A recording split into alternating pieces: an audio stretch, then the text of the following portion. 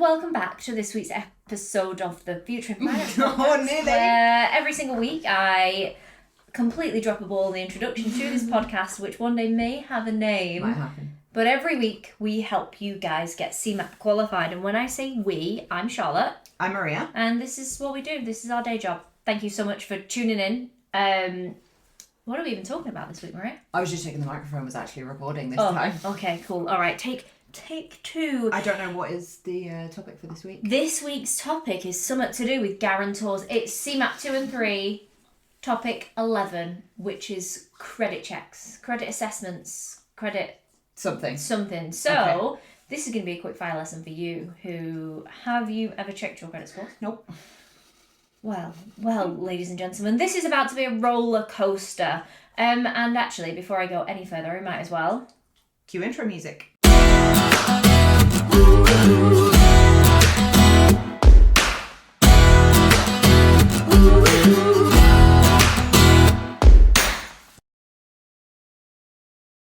Okay, and we're back in. It's time for round 2. So, first of all, I should mention that this week's episode we are joined by a special guest, which is none other than one of Maria's many tiny dogs. So if you can hear the pitter-patter of tiny feet or slight anxious panting in the background... It's my dog, I'm really sorry. That would be why. But in this week's episode, we are going to jump straight into CeMAP 2 and 3, Chapter 11, which I think is called Credit Assessments, but ultimately it's just something to do with credit scores. Okay. So this is going to be an education piece for you especially. It definitely is. Maria, tell me, what is your understanding of a credit score? So, if you take out credit, so a loan or a mortgage, or you pay on Klarna, it's based on how reliable you are in those repayments of those debts. Correct. Yeah. What does a credit score look like? Is it out of 1,000? Yeah, it depends on which provider you use for your credit score, but it can be out of 1,000. Most of them are. Okay, so then you get so many points for how good you are at stuff. How good you are at stuff is a pretty... Yeah, that'll do. Why is it important for a mortgage? Because it indicates how reliable you are in repayment of debts, which is essentially what a mortgage is. Bingo, that's exactly it. So a credit score is important because it effectively tells your lender, this person is dead good at paying their debts. Perfect. I talk really comfortably about how bad my credit score was, because it's getting better, which we're going to talk about, but was off the back of me getting into loads of debt and not being very reliable at paying them back. Yeah. So if I went to get a mortgage as of today, what they would do is they take my financial circumstances, they take all about my employment, how much debt I'm in at the minute, which thankfully now is none, and then they would look at my credit score and they would go, okay, financially she's sound, she's got a regular income, she seems to be doing all right. She's got no debt, so that's, a plus. She's not in a drowning amount of debt. However, when we look at her last 6 years worth of credit history, which is what they do, she's probably not the soundest bet. So I would find it monstrously difficult to get a mortgage. 6 years? 6 years. Do you want to, I think, I'm just paint in that box? Yeah. Good. Just Wonderful. for you guys that are not watching the video of this, what's happened is Bandit has found a secret box and it's got paint in it. And anyway, he's returned to the scene. There we go. Sit. So that's why your credit file is important. It says to a lender, this is exactly how good this person is at repaying their debts. What a lot of people don't understand when it comes to their credit score is they'll see interest rates being advertised online and they'll be like, I want this particular product with Nationwide at 2% because it's the best rate on the market and I want it now. And what they don't understand is that there are two things that impact what kind of interest rate they can get. Yeah. One of them, Bandit, get off the table. Sorry. Pig. Come on. I know. Okay, we're back in the room. One of those things is, what was I saying? Nationwide, 2%. Oh yeah, they want the best interest rate in the market. Obviously, yeah. Can't happen for everybody. So is the interest rate you're offered based on your credit score too? Yeah. One is their credit score. If you have not got a perfect credit score, you ain't going to get the best interest rate on the market. That is just a hard and fast rule, which people don't realise. No. The other thing is your loan to value. So what percentage of the house are you looking to mortgage? Okay. So if you go in with like a 5 or a 10% deposit, you ain't going to get the best interest rate. Because you're looking to mortgage most of the property. Yeah, and it's riskier for the lender. Obviously. But if you've been in a house for a while and you've only got 50% of the property left to pay off, that means your loan to value is 50%. Yeah. All of a sudden, then you get the best interest rate. You seem like a way safe bet. Your credit score is banging. You've been in the mortgage for 15 years. Those are the guys that get the best credit score. And there's no hard and fast rule. So the CeMAP textbook talks a lot about the implications of having bad credit, but they don't talk about what that means in reality. Yeah. And that's because it can change at the drop of a hat. So okay. During pre-COVID, this is when I was still working at the broker, you could get a mortgage with a 5% deposit and an all right credit score. Not squeaky clean, but not as bad as mine was. Okay. Yeah. COVID hit, lockdown hit. Every lender, literally overnight, said we will no longer offer anybody a mortgage if they have less than a 15% deposit and if they've had any single missed payment in the last 5 years. Is that because the demand was so high they could just afford to cut it at that high requirement? I think at that point it was less to do with demand because it was right at the start of lockdown and more to do with they had no idea what was going to happen with the market, so they didn't know what the economy was going to do. A reactionary conservative measure to protect themselves. Exactly that. So, but the indicator being it can literally change overnight. I had clients at the time that I was speaking to. One of them had a £3 missed payment from a Vodafone bill when they thought they'd paid off their phone, and they just missed a £3 payment. Had no idea it had gone down as like a mark or a missed payment for £3 on their credit file. Could not get a mortgage. Fuck, that's crazy. You'd think someone somewhere would exercise a level of discretion. Yeah, no, that doesn't really happen much in financial services. One, not a shock. So that's why credit files impact mortgage applications. The thing to be aware of going into mortgage advice is there's one really good all-in-one resource, because you probably don't know this, sorry Maria, but there's different places you can check your credit score. So there's Experian, Equifax, ClearScore. I think Martin Lewis might have his own one. Ooh. There's loads of different ones. TransUnion is another one.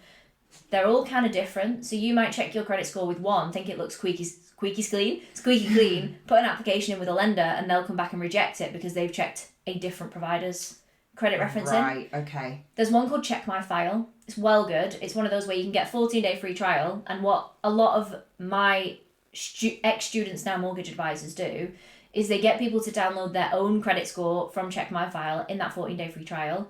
It has all of them in one. So it has TransUnion, it has Equifax, it has Experian. You can see the difference. So if you've checked that and there is nothing on there, there is almost no reason they will get rejected based off their credit score. The only exception to that rule is if they're being investigated for fraud, it doesn't come up on their credit score. It's not like, you're being investigated for fraud. We had this discussion last episode or a couple of episodes ago that they wouldn't... Oh my God, I'm so sorry. Ooh. I'm ringing. I said my phone was on silent. Okay, apologies. So the only exception is fraud. If somebody's got a fraud flag on their credit file, they're not going to see that they're being investigated for fraud. They also are not going to tell the mortgage advisor. The only people that are going to see that is going to be the lender when they do their check. Yeah. And there's nothing that, as a mortgage advisor, there's nothing that you can do about that. In that scenario. And that's basically credit scoring.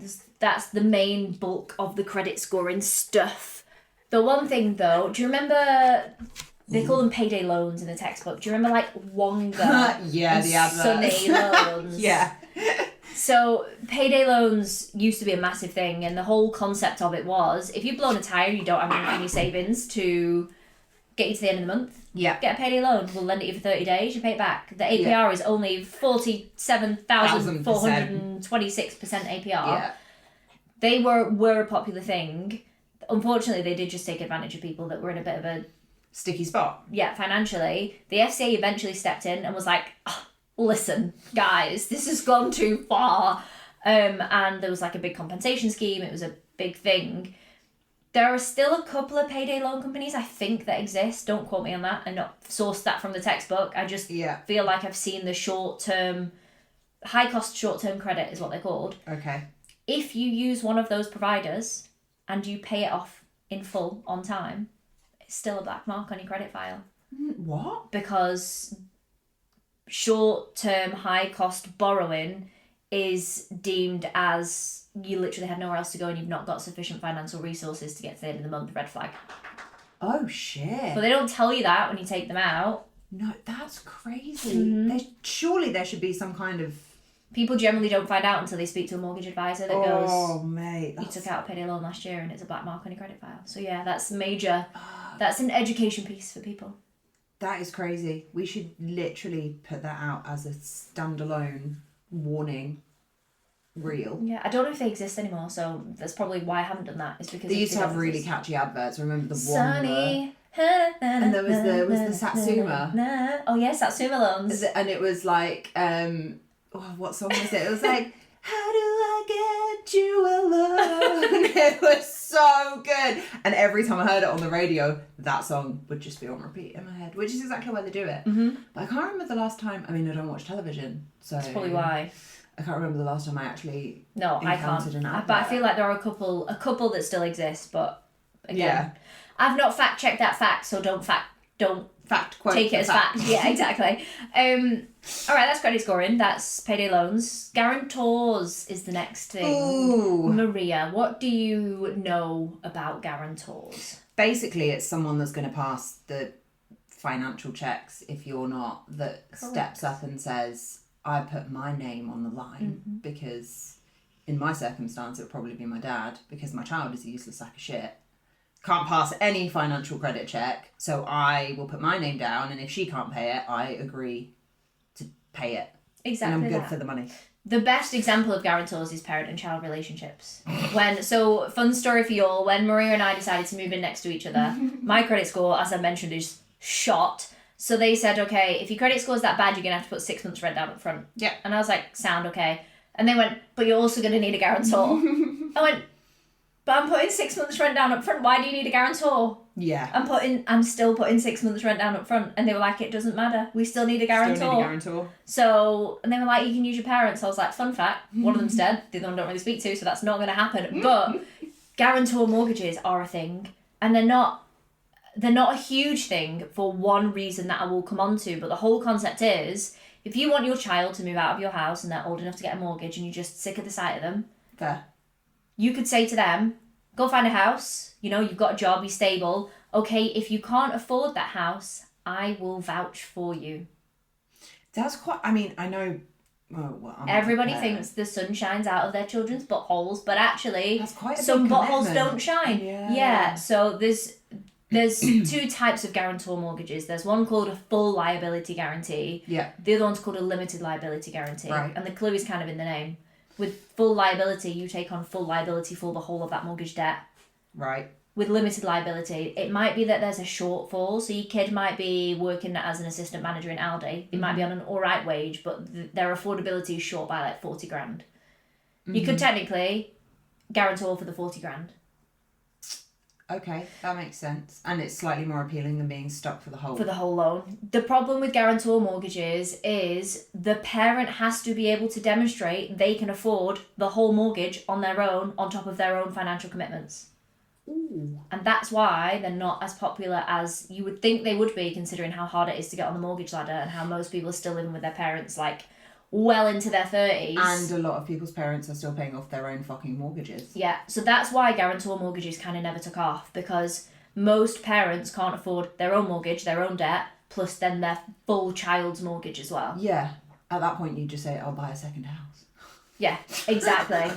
That's the whole point. So guarantor mortgages, whilst they do exist, they're not super majorly popular for an affordability reason. Also, your kid might not pay their mortgage and then you are liable for the full loan. So it's going to make Christmas dinner well awkward. Yeah, and it really is. So the lender does not have to notify the guarantor if the person being guarantored misses a payment. They just take it out of their account. So there is no... What fresh hell Wild West shit is this? There is no requirement for the lender to be like, hey, just so you know, your son has just missed his mortgage payment, so can we take it out of their bank account? They don't have to do that. They just take it. Yeah. The only time they would have to notify the guarantor is if they applied for like extra borrowing. So if they were like, I want to put a £15,000 further advance on the mortgage that my parents are guaranteeing, then they would go, okay, we're going to notify them. There's also no requirement for the lender to release the guarantor from the arrangement if the kid isn't financially stable. What do you mean? So if, let's say, 3 years down the line, Aldi manager is... Sacked. No, not even sacked, due to remortgage. Right. If they can't evidence that they can now afford the whole mortgage on their own, the parent's going to stay on it indefinitely until they can vouch for the fact that they can afford it. The lender doesn't have to release the guarantor at any point until the kid can pay up himself. What the fuck? And that's why guarantors always have to get independent legal advice. So somebody needs to sit them down and be like, listen, I understand that you love your child, but are you willing to potentially accept going bankrupt for them? To fund them. Yeah. So that's option one. Because the affordability thing is such a big issue with guarantors, they created something called I always get this the wrong way around, sole proprietor joint borrower. Joint borrower, sole proprietor? Sole proprietor joint borrower mortgage product. Right. So if we break that down, sole proprietor means one person owns or one person lives there. Yeah. Joint borrower means two people on the mortgage application. Because most people can't afford the guarantor mortgage. They don't meet the affordability requirements. Yeah. So the second option is they go, okay, well, why don't I go on as a second applicant? So imagine you wanted to get a mortgage on your own. Yeah. You couldn't afford it, so your dad went on as the second person on the mortgage. Mm-hmm. He would then technically own half the house and be liable for half the debt. So the affordability would work. Protection, because he's legally, rather than just being a guarantor for a house that he doesn't own, he has some ownership, right? He does have, so he will have half ownership, but equally if you still decide you're not going to pay the debt, it's still all of his debt to pay because they work on the joint borrower. Joint... Marina words. Joint borrower, sole proprietor. Yes, joint borrower, sole proprietor. Forget that, I'm putting that in the bin. Joint tenancy basis, that's what I'm trying to say. Okay. So if two people went on a mortgage application together as effectively as a couple, yeah. So you could go on as an applicant for a mortgage partnered with your dad. Mm-hmm. You would both own the property, but you would both be liable for 100% of the debt for the property. Yeah. So actually your dad isn't any more protected. Because if you decide you're not paying, he still has to pay. Okay. With you. So the third option, and the textbook talks about how they expect to see a massive increase in this, considering how difficult it is to get on the property ladder, is the joint borrower sole proprietor.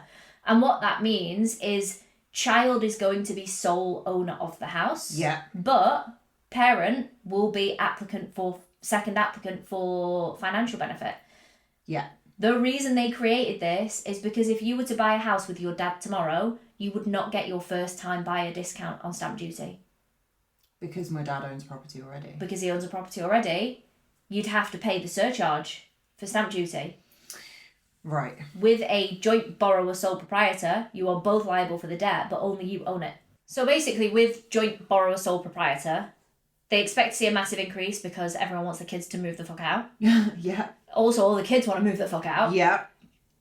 It works as though it was a couple. Just a standard couple on a mortgage application. So all the checks and stuff are the same? Yeah. So it would be like you and me, if only Maria, you and me going on for a mortgage application together. Never say never. I've never said never. But then only one of us would own it. With land registry. Which means you would get the first time buyer. If we were going to do this, you would get the first time buyer discount because I've already owned a property previously. Yeah. So I wouldn't get it. Okay. But we're both jointly liable for the debts. Okay. Seems like a bit of a con, I'm not going to lie. Why does it seem like a con? Because you don't own it, but you're liable for the debt. Yeah, but on the plus side, your child gets to move out of the house. I'm not a parent, so I can't... I've got a while yet. Yeah, you've got a while till you want, your house back. I'm not saying that this is something that needs addressing, but Bandit currently has cables wrapped around his head because he's managed to crawl under... Somehow, crawling, there we go. He's back. So... What have we covered? Credit score. Do you know what, actually? We've done a fair amount of that particular topic. Okay. Do you feel like you've learned some stuff? I've definitely learned some stuff. I also gave everyone a musical rendition of How Do You Get Me? Get You Alone. Yeah, we will not be teaming up for that rendition again. Perfect. Well, in that case, we're gonna call that topic done and boxed off. Amazing. Guys, if you are listening to this and you're thinking, actually, Charlotte, do you know what, that was pretty helpful. I learned some stuff. It wasn't awful to listen to. Or at the very least, it was more entertaining than the textbook was. Please let us know in the comments by leaving us a comment or leaving us a review or sending me a DM on Instagram because they're my favourite things ever. And please don't forget that you do not have to get through your CeMAP studies on your own. That's literally what we're here for. Tried that for a long time and it didn't work. And now I've built a community of many people not alone trying to get through their CeMAP studies. And if you want to find out where you can get more of the good stuff, you can go to futureinfinance.co.uk. That's where literally everything is. You can access the e-learning platform for free. And if you're thinking, what's an e-learning platform? First of all, where the fuck have you been for the last 18 months? But second, it is an interactive platform where I teach you everything that you could possibly need to know to get through your CeMAP exams, and you can study at your own pace. That's what the e-learning platform is. You can try it out for free by clicking the link in the website. There is the masterclass option, which is a 5-day fast-track course. Bandit, don't put your face in my cereal. Thank you so much. Spaces for the rest of the year actually are pretty much gone now, but I've just launched my availability for 2025. Ooh, where has the year gone? Up until I think about April. So if you do want to book on a course, have a look at those dates. It all comes with a 100% money back guarantee, which basically means if you show up and do the work and put all the effort in, and you feel like you weren't fully supported in your endeavours to get CeMAP qualified, I'll give you a full refund. Touch wood, so far never happened, but there's always time. And on that cheery note, that's all from us for this week. We'll catch you next week. Yeah.